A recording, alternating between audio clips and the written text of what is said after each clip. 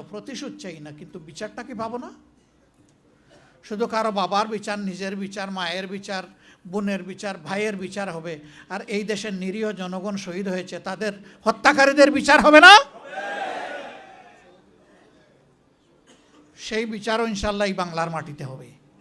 কোনো বিচার 50 বছর পরে হয়েছে এই দেশে, কোনোটা হয়েছে 21 বছর পরে। আমরা কথা দিচ্ছি এই বিচারও ইনশাল্লাহ জয় দিন, জয় মাস, জয় বৎসর পরে হবে হবে হবে ইনশাল্লাহ। জুলাই যোদ্ধাদের উপর আক্রমণ হচ্ছে বিভিন্ন জায়গায়, আমাদের উপর আক্রমণ হচ্ছে। দোষ আমাদের একটাই, যে আমরা অন্যায়ের বিরুদ্ধে কথা বলতেছি।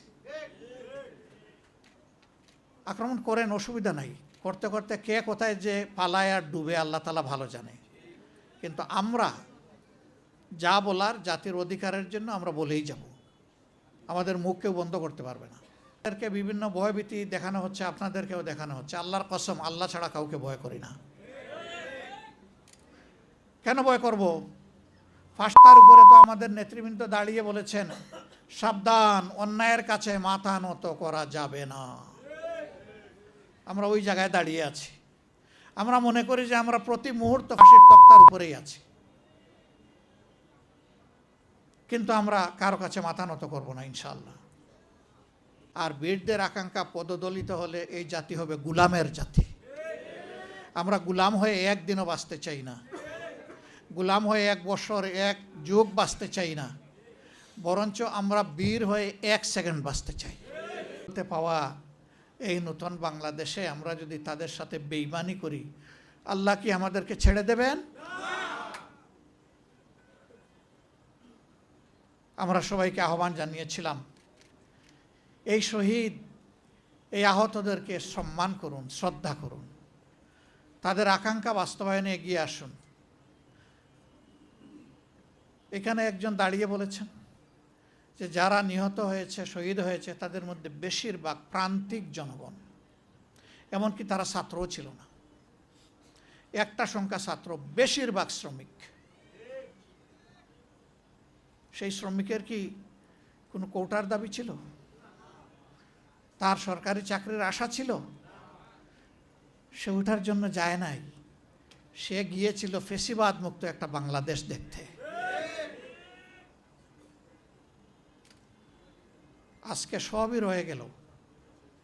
সেই কোটা অত্যন্ত নিকৃষ্টভাবে এখন বাস্তবায়ন হচ্ছে। বিশ্ববিদ্যালয়ের ভিসি, জেলা পরিষদের প্রশাসক, তারপরে ব্যাংক, বিমা, কর্পোরেশন, সরকারি, বেসরকারি, আধা সরকারি সেক্টর, সব জায়গায় এখন একদম নির্লজ্জ দলীয়করণ চলতেছে। এটাকে কোটা নয়?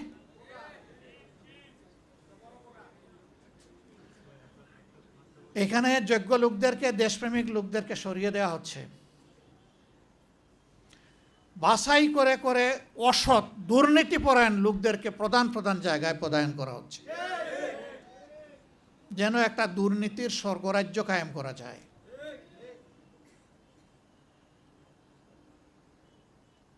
আমরা আজকে কি জবাব দিব এই শহীদ পরিবারের সদস্যদের কাছে?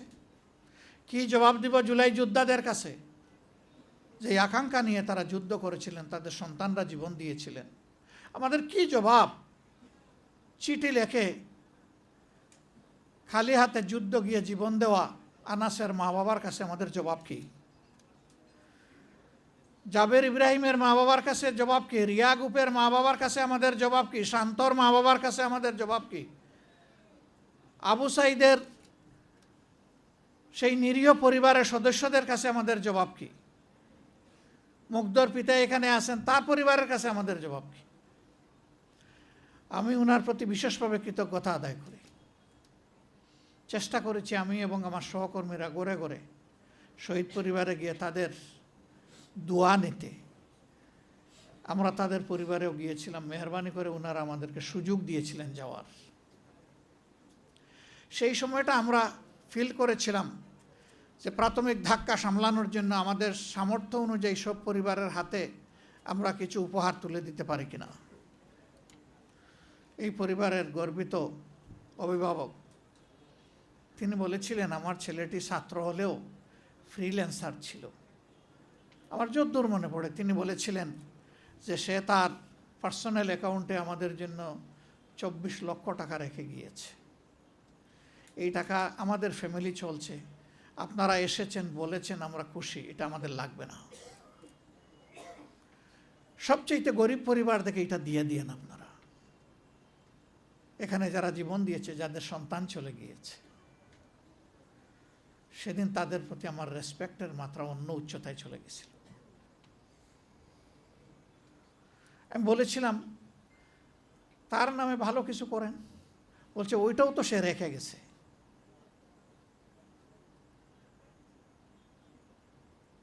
এই যে পবিত্র একটা আকাঙ্ক্ষা যে আমার ছেলে যে কারণে জীবন দিয়েছে, ওই কারণে সহযোদ্ধাদের প্রতি একটু সম্মান দেখালে আমি বরঞ্চ কৃতজ্ঞ হব, মানসিক প্রশান্তি পাব। এই পিতার মানসিকতাটা যদি আমাদের শাসক গোষ্ঠীর মনে আসে, তাহলে তারা তাদের দায়িত্ব পালনে এই রকম অবহেলা দেখাতেন না।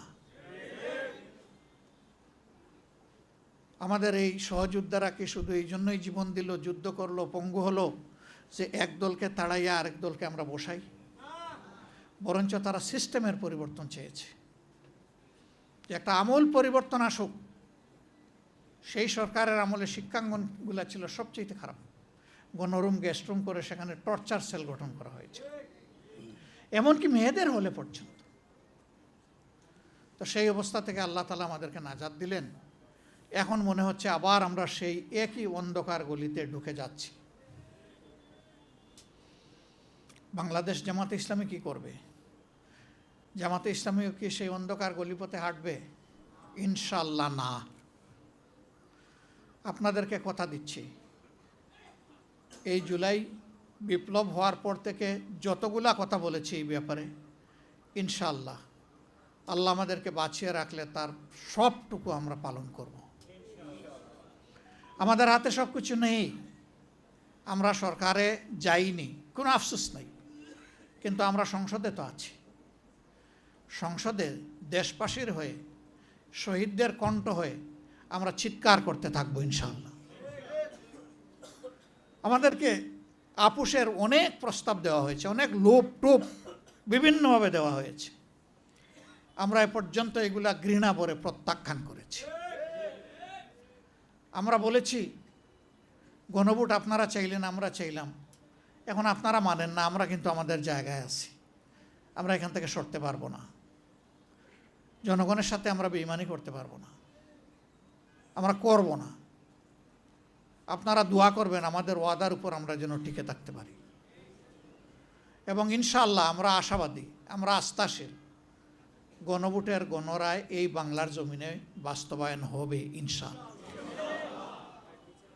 আমরা ইস্যু ছাড়ব না। দ্বিতীয়ত, যারা জীবন দিল, প্রতিশোধ চাই না, কিন্তু বিচারটা কি পাবো না? শুধু কারো বাবার বিচার, নিজের বিচার, মায়ের বিচার, বোনের বিচার, ভাইয়ের বিচার হবে, আর এই দেশের নিরীহ জনগণ শহীদ হয়েছে তাদের হত্যাকারীদের বিচার হবে না?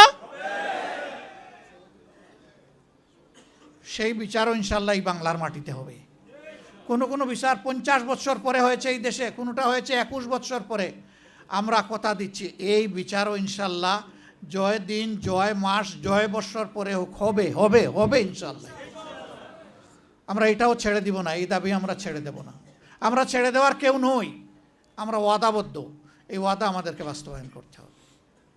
আমরা সরকারের কাছে খোলা মনে আহ্বান জানাবো।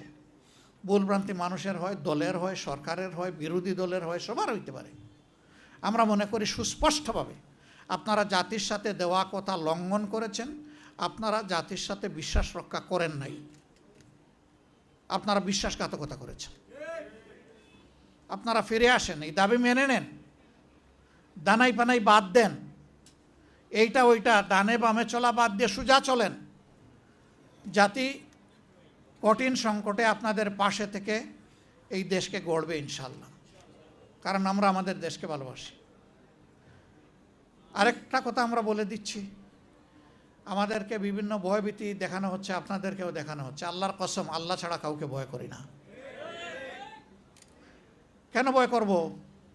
ফাঁসির তক্তার উপরে তো আমাদের নেতৃবৃন্দ দাঁড়িয়ে বলেছেন, সাবধান, অন্যায়ের কাছে মাথা নত করা যাবে না। আমরা ওই জায়গায় দাঁড়িয়ে আছি। আমরা মনে করি যে আমরা প্রতি মুহূর্ত ফাঁসির তক্তার উপরেই আছি, কিন্তু আমরা কারো কাছে মাথা নত করব না ইনশাআল্লাহ।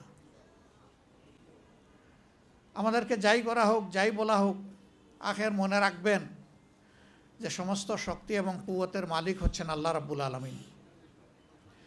এখানে একজন জুলাই যোদ্ধা তিনি বলে গেছেন কোরআনের একটি আয়াত, কাম মিন ফিয়াতিন কালিলাতিন গালাবাত ফিয়াতান কাসীরাতান বিইজনিল্লাহ। বড়ত্বের দম্বে, অহংকারে কেউ যেন ফেটে না পড়েন। আল্লাহর কাছে এটার 2 পয়সার কোনো মূল্য নেই। আল্লাহ চাইলে বিশাল বাহিনীর উপর ক্ষুদ্র বাহিনীকে বিজয় দিয়েছেন, বারবার দিয়েছেন ইতিহাসে।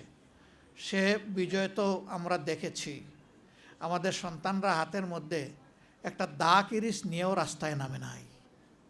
ইমানের অস্ত্র বুকে ধারণ করে, আল্লাহর উপর ভরসা করে, দেশপ্রেম মানব প্রেমে উদ্বুদ্ধ হয়ে তারা খালি হাতে মোকাবেলা করেছে। সমস্ত অস্ত্র, গোলা বারুদ সব কিছু সেদিন বুথা হয়ে গিয়েছিল। এটি বিশ্বের ইতিহাসে আনপ্রেসিডেন্টেড, এটার কোনো তুলনা নাই। এই দেশের মানুষকে, যুব সমাজকে মেহরবানি করে ভয় দেখাবেন না। জুলাই যোদ্ধাদের উপরে আক্রমণ হচ্ছে বিভিন্ন জায়গায়, আমাদের উপর আক্রমণ হচ্ছে। দোষ আমাদের একটাই যে আমরা অন্যায়ের বিরুদ্ধে কথা বলতেছি। আক্রমণ করেন, অসুবিধা নাই। করতে করতে কে কোথায় যে পালায় আর ডুবে আল্লাহ তাআলা ভালো জানে। কিন্তু আমরা যা বলার জাতির অধিকারের জন্য আমরা বলেই যাব, আমাদের মুখ কেউ বন্ধ করতে পারবে না। আমি আপনাদের কাছে প্রিয় সংগঠনের পক্ষ থেকে গভীর কৃতজ্ঞতা জ্ঞাপন করছি। শহীদ পরিবারের যারা এসেছেন, জুলাই যোদ্ধা যারা এসেছেন, সম্মানিত অতিথিবৃন্দ আমাদের দাওয়াত কবুল করে এসেছেন, আল্লাহ তাআলা আপনাদেরকে উচ্চ মর্যাদা দান করুন। আমাদের প্রিয় শহীদদেরকে আল্লাহ তাআলা মুহাক্কিক শহীদদের তালিকায় অন্তর্ভুক্ত করুন। তাদের পরিবারকে আল্লাহ তাআলা ধৈর্য ধরার তৌফিক দান করুন। সারা বাংলাদেশে আল্লাহ তাআলা গড়ে গড়ে সেই রকম বীর তৈরি করে দিন।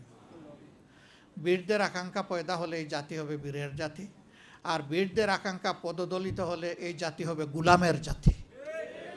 আমরা গুলাম হয়ে একদিনও বাঁচতে চাই না, গুলাম হয়ে 1 বছর 1 যুগ বাঁচতে চাই না, বরঞ্চ আমরা বীর হয়ে 1 সেকেন্ড বাঁচতে চাই। আল্লাহ তাআলা যেন সেই তৌফিক আমাদেরকে দান করেন।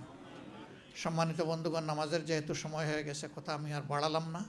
আমি আবারও কথা দিচ্ছি, জীবন দিব ইনশাল্লাহ, জুলাই দিব না কাউকে। জুলাই অন্তরে ধারণ করে রাখবো। আমরা পারি না শহীদ পরিবার এবং আমাদের আহত ভাইদের বোনদের পাশে দাঁড়ানোর, সবসময় ইচ্ছা থাকলেও আপনারা আমাদেরকে ক্ষমা করবেন।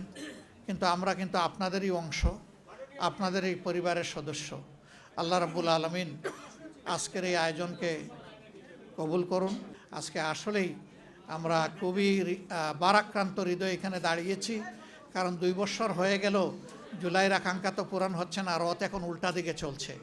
আল্লাহ আমাদেরকে সঠিক পথে চলার তৌফিক দান করুন। আসসালামু আলাইকুম ওয়া রাহমাতুল্লাহ।